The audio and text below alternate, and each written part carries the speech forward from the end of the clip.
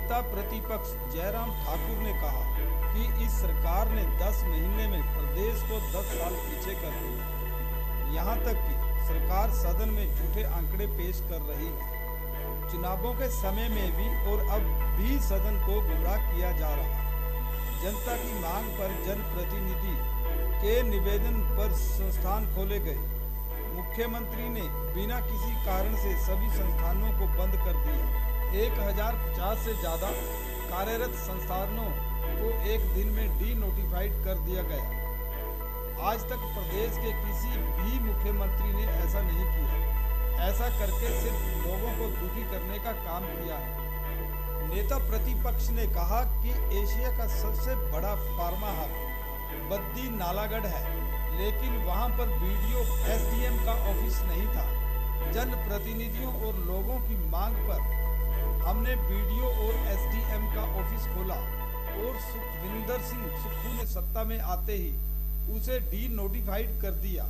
इसके बाद जब बद्दी के विधायक और सीपीएस ने कहा कि बद्दी में बीडीओ और एसडीएम के ऑफिस नहीं है, मुख्यमंत्री ने घोषणा कर दी कि बद्दी में बीडीओ और एसडीएम के दफ्तर खुलेंगे। मुख्यमंत्री ने अपने पद का मजाक बनाया। जब संस्थान को खोलना था तो उसे बंद क्यों कर दिया?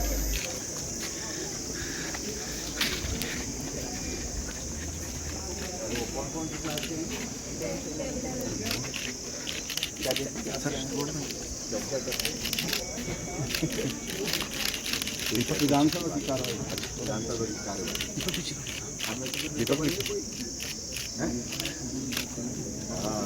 ठीक है, काम में आप लोग ठीक है,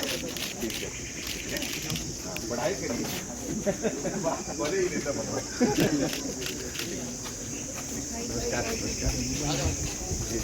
नमस्ते, क्या फोटो ले रहे हैं? हाँ जी, दीजिए भाई, आ जाओ सर, थोड़ा सा हम तो आगे बहुत आना चाह रहे हैं। क्या अभी विपक्ष लगातार सहयोग कर रहा है। जहां तक आपदा की बात है, उसमें सहयोग देने के लिए विपक्ष ने पूरा सहयोग दिया है। चाहे वो केंद्र के नेतृत्व के साथ बात करने की बात थी, चाहे वो प्रदेश सरकार को सहयोग देने की बात थी, सब जगह बात की है, सब जगह सहयोग दिया है।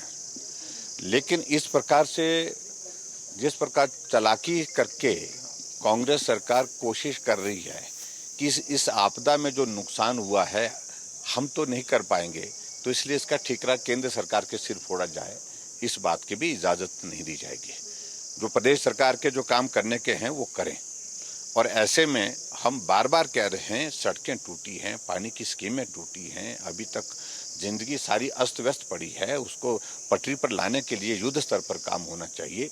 लेकिन यहाँ उससे ज़्यादा राजनीति पर जोर दिया जा रहा है, और जो बहुत दुर्भाग्यपूर्ण। आपने स्पीच में देखा होगा, जितने भी सत्ता पक्ष के लोग बोले हैं, सभी लोगों ने राजनीतिक बात ज़्यादा की है।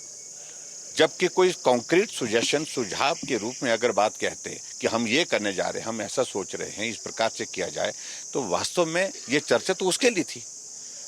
और इसलिए हम इस सारी चर्चा में भाग ले रहे हैं, अपना पक्ष रख रहे हैं, और जहां तक जो प्रस्ताव उन्होंने रखा है उस पर विचार करेंगे। लेकिन सर, सरकार तो कह रही है कि जो पैसा आया है, आर्थिक मदद कुछ नहीं दी गई है, जो सभी राज्यों को दिया जाता है तब वो ही मिला है। सर, दूसरा के आंकड़े पेश करें पेपर। ये देखिए, कल जो भी आंकड़े प्रस्तुत किए गए हैं वो सत्य नहीं हैं, इसलिए ही ऑब्जेक्शन किया गया है।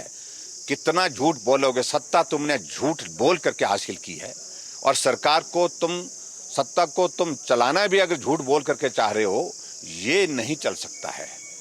ठगने का दौर समाप्त हो गया, अब लोग हिसाब मांग रहे हैं। आज बेरोजगार हिसाब मांग रहे हैं कि तुमने वादा किया था कि नौकरियां देंगे, आज 10,000 से ज़्यादा वो बेरोजगार सड़कों पर जो है वो परेशान है, उनको नौकरी से निकाल दिया गया, जो आउटसोर्स पे लगे हुए थे। तो ऐसे में बहुत सारी चीज़ें हैं जिन बातों का जिक्र हमने किया है हाउस के अंदर, अभी भी आज भी करेंगे। लेकिन सबसे बड़ी बात तो यही है कि झूठ बोल करके सत्ता तो हासिल कर ली, झूठ बोल करके सत्ता लंबे समय तक नहीं चलाई जा सकती है।